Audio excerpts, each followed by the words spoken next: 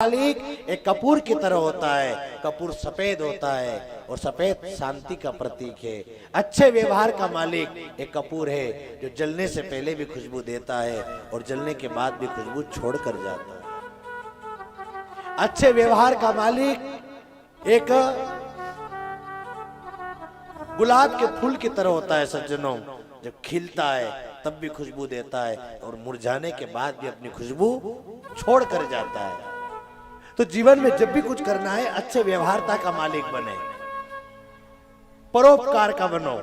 जीवन में एक परोपकारी एक वृक्ष होता है। कबीरदास जी महाराज कहते हैं कि जब हम जन्मे जग में जग हंसे हम रोए, अरे ऐसी करनी कर चलो कि हम हंसे जग रोए। मानव तन भगवान ने दिया है सज्जनों, तो इस मानव तन के अंदर ऐसा कुछ करके जाओ कि हमारे जाने के बाद दुनिया के लोग रोते रहे कि आज हम बगलों के मध्य से एक हंस उड़कर चला गया।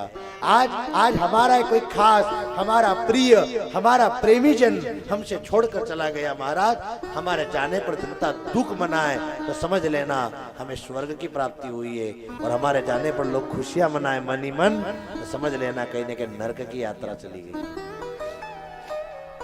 जीवन में हमारे जाने पर दुनिया को दुख होना चाहिए, ये कबीरदास जी महाराज कह रहे हैं।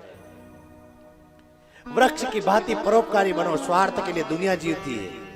अरे अपना पेट भरना, खाना पीना, बच्चे पैदा करना, ये सब तो पशु पक्षी भी करते हैं। तो हम में और पशु पक्षी में फर्क क्या रह गया? हम किसी की सहायता कर सकते हैं, हम किसी की मदद कर सकते हैं। एक जगह एक पत्थर रखा हुआ था रोड के ऊपर, सब लोग आ रहे हैं, ठोकर खा रहे हैं, नीचे गिर रहे हैं, उठ रहे हैं, गाली दे रहे हैं। ये किस मूर्ख ने पत्थर रख दिया बीच में, फिर जा रहे हैं। कोई दूसरा आदमी आया, ठोकर खाया, नीचे गिरा, फिर उठ के गया, फिर गाली दे गया। अरे भाई बीच में पत्थर किसने रख दिया है? सुबह से शाम तक कई लोग आए, पत्थर का ठोकर खाए, नीचे गिरे, उठ के चले गए। पत्थर आया, ठोकर खाई, नीचे गिरे। शाम को एक सब्जी वाला आया, सब्जी वाले ने टोकरा सिर पर उठा के चला और ऊपर देखते देखते जा रहा था, पता नहीं चला वो पत्थर नीचे रखा था, ठोकर लगी, नीचे गिर गया, सारी सब्जियां बिखर गई। उसने देखा ये पत्थर बीच रास्ते में किसने रख दिया। वो भी उठा और उठ करके उसने पत्थर को उठाया, टोबले को उठाया, सारी सब्जियां टोबले में भरी और सब्जी के कटोरे को, सब्जी के टोबले को साइड में रखा। उसने देखा इस पत्थर से कई लोग गिर चुके हैं, लेकिन अब तक इस पत्थर को किसी ने नहीं उठाया। क्या इस पत्थर को मैं उठा के रख दूं? तो सब्जी वाले ने पत्थर को उठाया और पत्थर के नीचे से जो एक लिफाफा निकला, उस लिफाफे के अंदर 2-2 हजार के 5 नोट थे, 10,000 रुपए।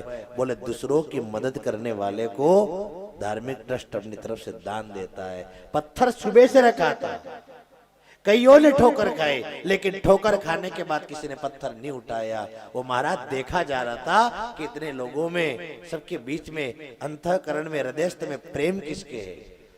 जो जनता की सेवा करे वही सच्चा एक परमार्थी है।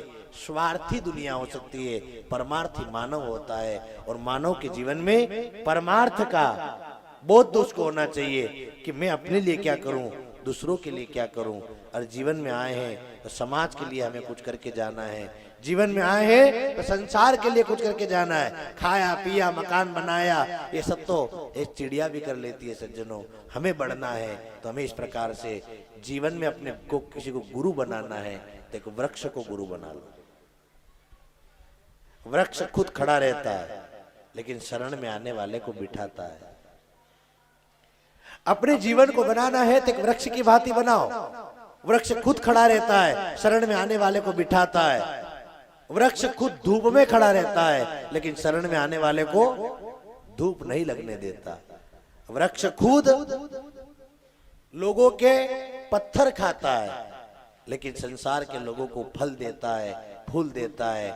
कोई मांगलिक कार्यक्रम हो तो उसके लिए आम के पत्ते देता है। तो जीवन में सज्जनों बनना है तो एक वृक्ष की भांति बनो।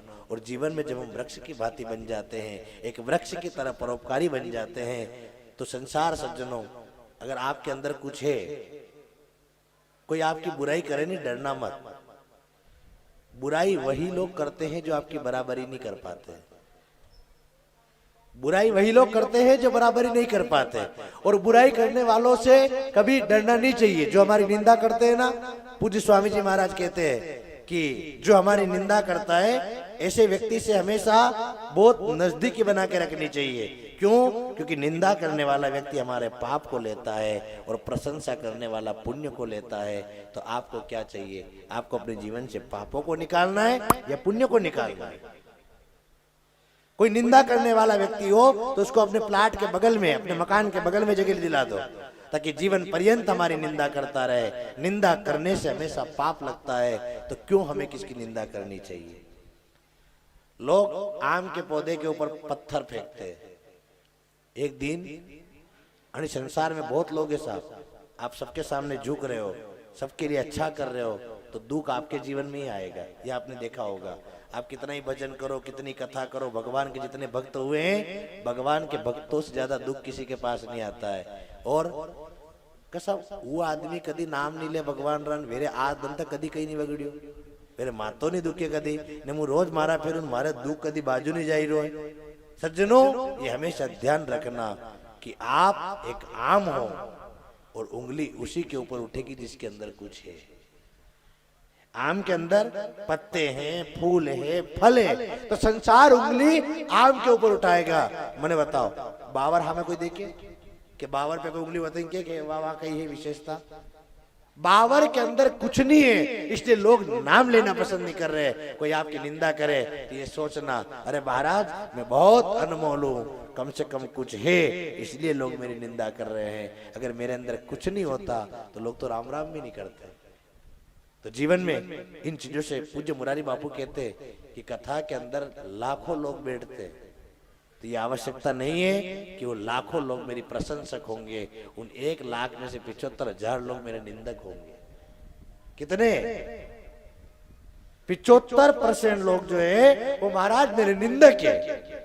25% लोग कोई है जो भक्ति के माध्यम से कथा को श्रवण कर रहे हैं। बाकी यहाँ अनर्गल उंगली उठाने वाले ज्यादा है। अगर आपके ऊपर भी कोई आलोचना रूपी पत्थर फेंके तो हमें उन पत्थरों को शालिग्राम बना बना करके पूजन में रख लेना चाहिए। कोई कुछ फेंक रहा है, कोई कुछ कह रहा है, उस बात को अपने जीवन में उतारते जाओ और एक अनमोल व्यक्ति आप बन सकते हो जब जीवन में संसार के लोगों की आलोचना के ऊपर आप चलते रहोगे।